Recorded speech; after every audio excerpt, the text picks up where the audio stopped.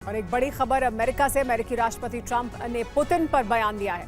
Putin से बातचीत के लिए तैयार, ये कहा है ट्रंप ने। ज़ेलेंस्की शांति चाहते हैं। ट्रंप ये पहले भी कह चुके हैं। युद्ध में यूक्रेनी सैनिक ज्यादा हताहत हुए हैं, यानी यूक्रेन को ज्यादा नुकसान हुआ है। ज़ेलेंस्की चाहते हैं कि बातचीत हो, और ट्रंप ने एक बार फिर दोहराया कि वो पुतिन के साथ बातचीत करना चाहते हैं।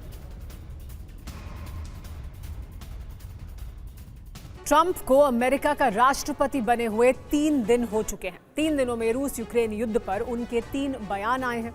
जरा देखिए क्या है ये बयान। युद्ध खत्म करने का ट्रंप कार्ड क्या है, देखिए। ट्रंप का पहला बयान ये कि पुतिन ने रूस को बर्बाद कर दिया है, रूस के लिए अच्छा है कि वो डील कर ले। ये शपथ लेने के फौरन बाद का उनका बयान था। ट्रंप का दूसरा बयान आया जिसमें उन्होंने कहा कि रूस ने डील नहीं की तो प्रतिबंध भी लगाए जाएंगे। और ट्रंप का उसके बाद तीसरा बयान आया जिसमें उन्होंने कहा कि मेरे पास सही जानकारी नहीं थी, यूक्रेन के ज्यादा सैनिक मारे गए हैं। लेकिन देखिए, क्या आपने शेयर बाजार में बिना कुछ जाने इन्वेस्ट किया और नुकसान उठाया? घबराएं मत। सही तरीका जानने के लिए अभी फ्रीडम ऐप डाउनलोड करें। और क्या कुछ उन्होंने कहा है डोनाल्ड ट्रंप के बयानों के, लेकिन मायने क्या है? ये बयान हमने आपको सुनवाए हैं, लेकिन उनके मायने ये हैं कि ट्रंप को रूस यूक्रेन युद्ध खत्म करने की जल्दबाजी है। हालांकि वो पहले तो 24 घंटे की बात कह चुके थे, तब जबकि वो राष्ट्रपति की रेस में थे। अब राष्ट्रपति बनने के बाद वो हर संभव कोशिश कर रहे हैं कि जल्द से जल्द इस युद्ध को खत्म कराया जाए। युद्ध खत्म करवाने के लिए पुतिन को चेतावनी दी। पुतिन ने जब साफ तौर पर सीज फायर से इनकार कर दिया था तो ट्रंप ने चेतावनी दी थी। 100 दिन के एजेंडे पर ट्रंप तेजी से काम कर रहे हैं। तेजी के साथ वो अपने एजेंडे पर आगे बढ़ते जा रहे हैं, जिसका एक अहम एजेंडा है रूस यूक्रेन युद्ध को खत्म कराना या रुकवाना या युद्ध विराम करवाना। युद्ध खत्म होता है तो ट्रंप की बनेगी एक वैश्विक छवि। ट्रंप की जो नीयत है, ट्रंप का जो प्लान है, उस प्लान को वो अमली जामा पहना पाएंगे अगर ये युद्ध रुकता है, क्योंकि ट्रंप यूरोप के साथ भी एक अलग तरह की डील करना चाहते हैं और रूस यूक्रेन युद्ध को खत्म कराकर अपनी छवि को और ज्यादा बड़ा और मजबूत करना चाहते हैं। डोनाल्ड ट्रंप ने 90 दिनों के लिए हर तरह की विदेशी मदद पर रोक लगा दी है। अब अमेरिका 3 महीने तक किसी नेटो देश या यूक्रेन को हथियार सप्लाई नहीं करेगा।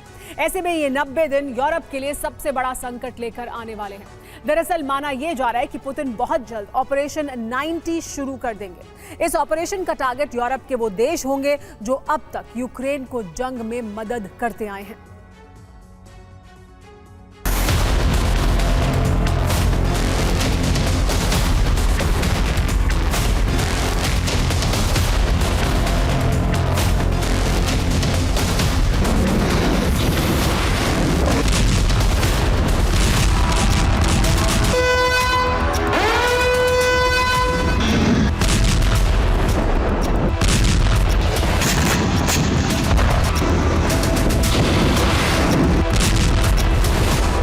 लंदन से लेकर बर्लिन तक संपूर्ण यूरोप में इस वक्त खलबली मची है।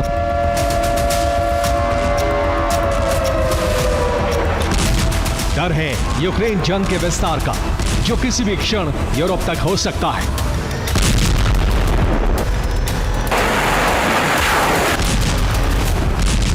भय है पुतिन की मिसाइलों का, जो अगले 90 दिन में यूरोप के शहरों को भस्म कर सकती है।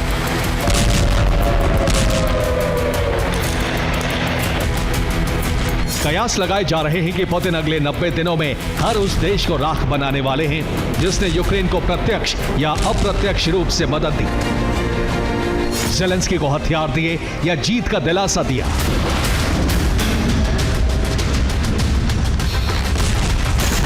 तबाही से भरी इन आशंकाओं की वजह है ट्रंप का वो फैसला जिसने पुतिन को यूरोप पर हमले की छूट दे दी है।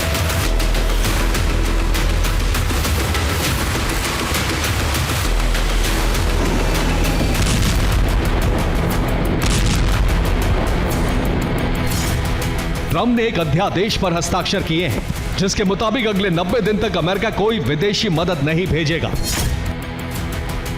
इसमें कई संगठनों को मिलने वाली वित्तीय राशि और मित्र देशों को भेजे जाने वाले हथियार शामिल हैं। ट्रंप का मानना है कि दूसरे देशों या संगठनों को दी जाने वाली आर्थिक मदद अमेरिका की फॉरेन पॉलिसी के हिसाब से होनी चाहिए। ट्रंप प्रशासन अब 90 दिनों तक समीक्षा करेगा और उसके बाद आखिरी फैसला लिया जाएगा।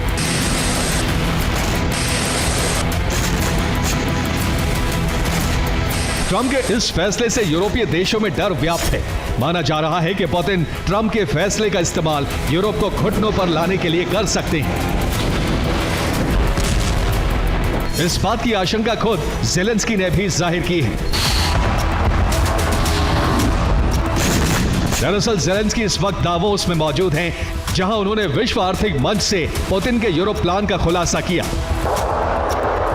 ज़ेलेंस्की ने साफ साफ कहा कि पुतिन का लक्ष्य सिर्फ यूएसएसआर बनाना नहीं, बल्कि यूरोप को भी राख करना है।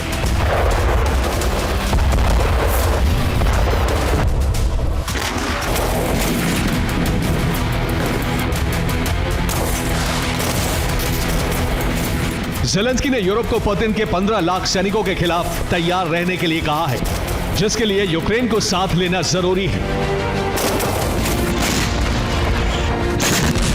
ज़ेलेंस्की के मुताबिक अगर यूरोपीय देशों को खुद की रक्षा करनी है तो यूरोप के टॉप देशों को यूक्रेन के साथ आना होगा।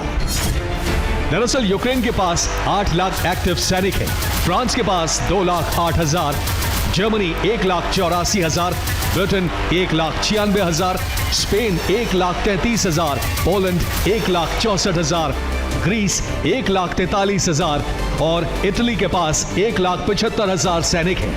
वहीं रूस के पास 15 लाख एक्टिव सैनिक हैं। अगर ये सभी देश साथ आते हैं तो कुल एक्टिव सैनिकों की संख्या 20,03,000 होगी, जो रूस के 15 लाख एक्टिव सैनिकों का सामना कर सकते हैं।